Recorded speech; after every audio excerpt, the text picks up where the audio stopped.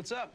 Oh, I'm just compiling all the top sports scores, news, and odds so I can make the very best bets. Me too. BetOnline.ag. Join today and receive your 50% welcome bonus at betonline.ag. Hello and welcome into tonight's CLNS Media Patriots Roundtable. I'm your host, Nick Qualia, sitting here with just Marv is on tonight. No Mike Molyneux, so just me and Marv on this week's edition of the CLNS Media Patriots Roundtable. All right, we're going to jump right into it. So, again, I say it every week. Patriots off season.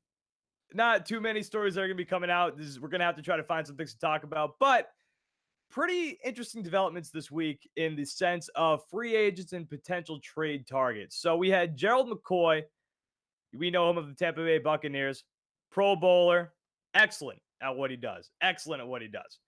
He gets cut from his team. Very quickly replaced with Ndamukong Suh.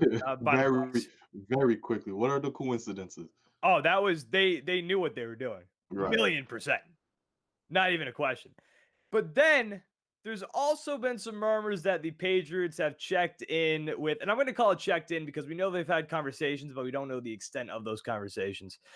The Patriots have checked in with the Vikings about tight end Kyle Rudolph. Obviously, the Patriots lost Rob Gronkowski, but they have added on Ben Watson, and they have added on Austin Seferian-Jenkins. So the question here is, and we're going to be realistic about this too. We're going to talk money. If you could pick one of these people to come play for the Patriots, basically, what do you think the Patriots' more necessary need is, I guess you can call it. So with the money included, should the Patriots go get Gerald McCoy, or would you rather them go get Kyle Rudolph if they get either one of them? So even Marv, before we jump in, I'll just tell you right now, Kyle Rudolph is in the middle of a contract negotiation. He's probably going to get paid pretty well. We don't know what he's going to get paid.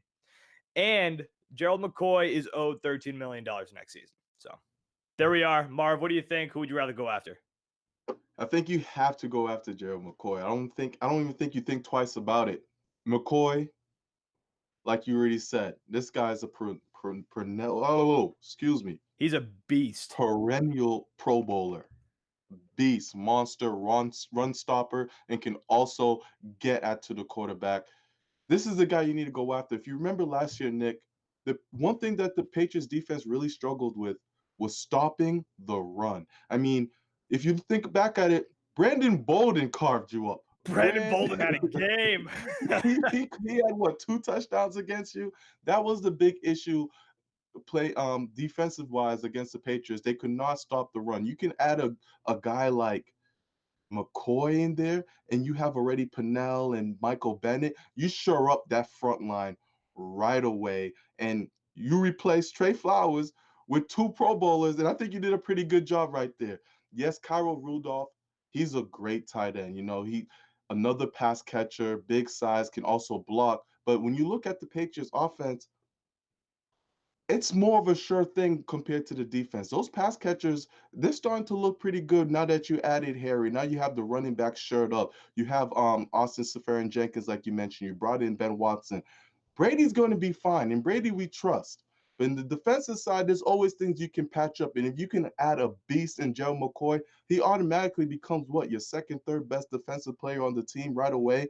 He's a veteran. He knows what he's doing, and he's going to have a chip on his shoulder to want to win a championship. So I think you go after McCoy over Rudolph if you have a choice between the two.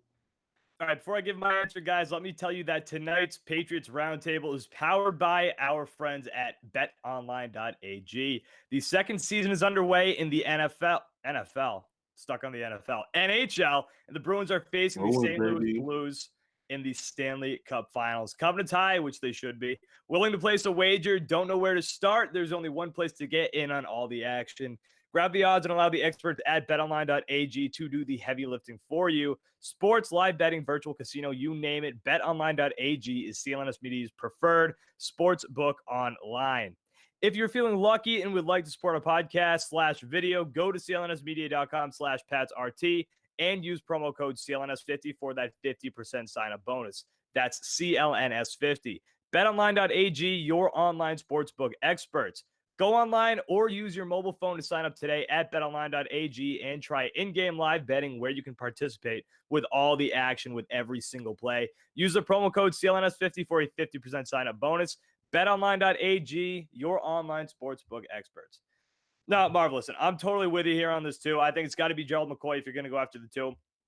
And you know what? It's mostly because what you said, there was some question about whether or not this Patriots offense was going to be anything good next season, because you looked at the receiving core, it was depleted. I think they've kind of fixed that. They figured it out, man. They figured it out. They've made it look pretty damn good. And you look at the running game, you think the running game is going to be good next year with the rookie Harris, with Sony Michel, with James White. I think that's going to be fine. And then even the receiving core, I'm not upset with. You don't know how Demaryius Thomas is going to be. That's somebody you forgot to mention.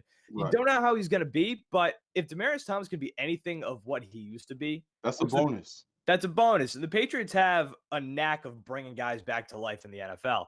So you got Demaryius Thomas, Safarian Jenkins, Ben Watson, N'Keal Harry. I'm very excited about him.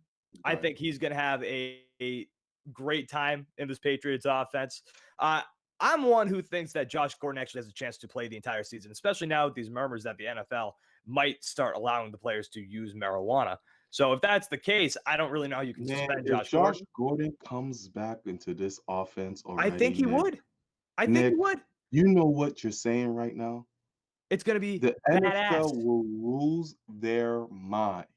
Yes, but they're talking about letting Weed go. And listen, I think if he was going to be suspended, we would know about it at this point, right? I think we would know what his suspension was going to be, or even if he was going to be suspended, because at the moment, he's still just on the commissioner's exempt list. That's all he is right now. So we don't know what his punishment is going to be, if he even gets a punishment. So I think the once you get out the commissioner's exempt list, you have to get served some type of suspension. I mean, yeah, we'll see what happens. You just don't get off the list and say, okay, slap on the maybe a couple games. I'm just hoping it's not for half the season or most of the season.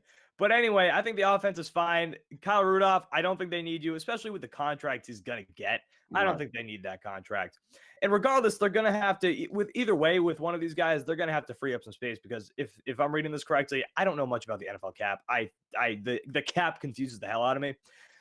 I think they only have about $5 million left in the cap right now, but they can free it up. Gerald McCoy, I think you should get him, because, and if the Patriots can get him, I think they should get him, because something that I loved about the Patriots defense last year, led by Brian Flores, was the pressure on the quarterback. And I think Gerald McCoy helps out with that, because, yeah, you lost Trey Flowers, excellent, but you bring in Gerald McCoy, hypothetically, you bring in Michael Bennett.